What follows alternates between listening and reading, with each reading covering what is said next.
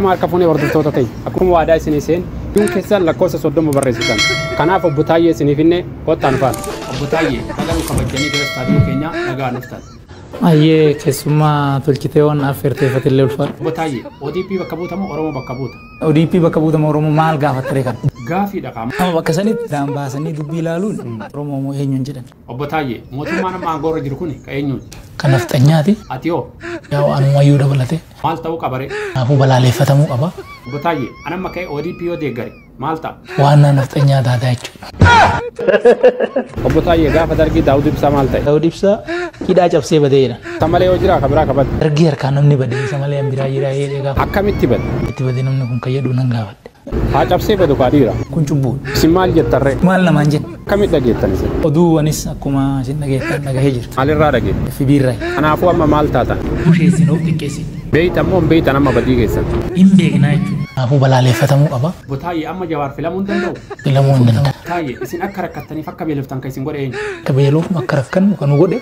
dhageetti natti fakkaate Paartii Bilchiginnaa keessa maaltu jira obbo Taayyee achi keessa seenuun waan nu barbaachisu seenu ayyee gaafii adeemsaa qabna gaafii adeemsaa paarlaamaa dharii asii miti obbo Taayyee didame maal jechuudha kun gaafii dhaqa maal jechuun maali maal jechuudha kun obbo Taayyee namoonni tokko tokko hin taaniin deebitii jedhu hin taaniin dhufa idee anee guyyi osoo koottu jettanii ni yoo odoo koottu jennee ni danda'ee sin ga'u maal dhufanii kun abiyyi waliin ta'an jiran hiree amma maal taata maal jechuudha kun obbo Taayyee paartii Bilchiginnaa kanaaf waa hedduu taatanii waa hedduu nyaattan jiran maal nyaattan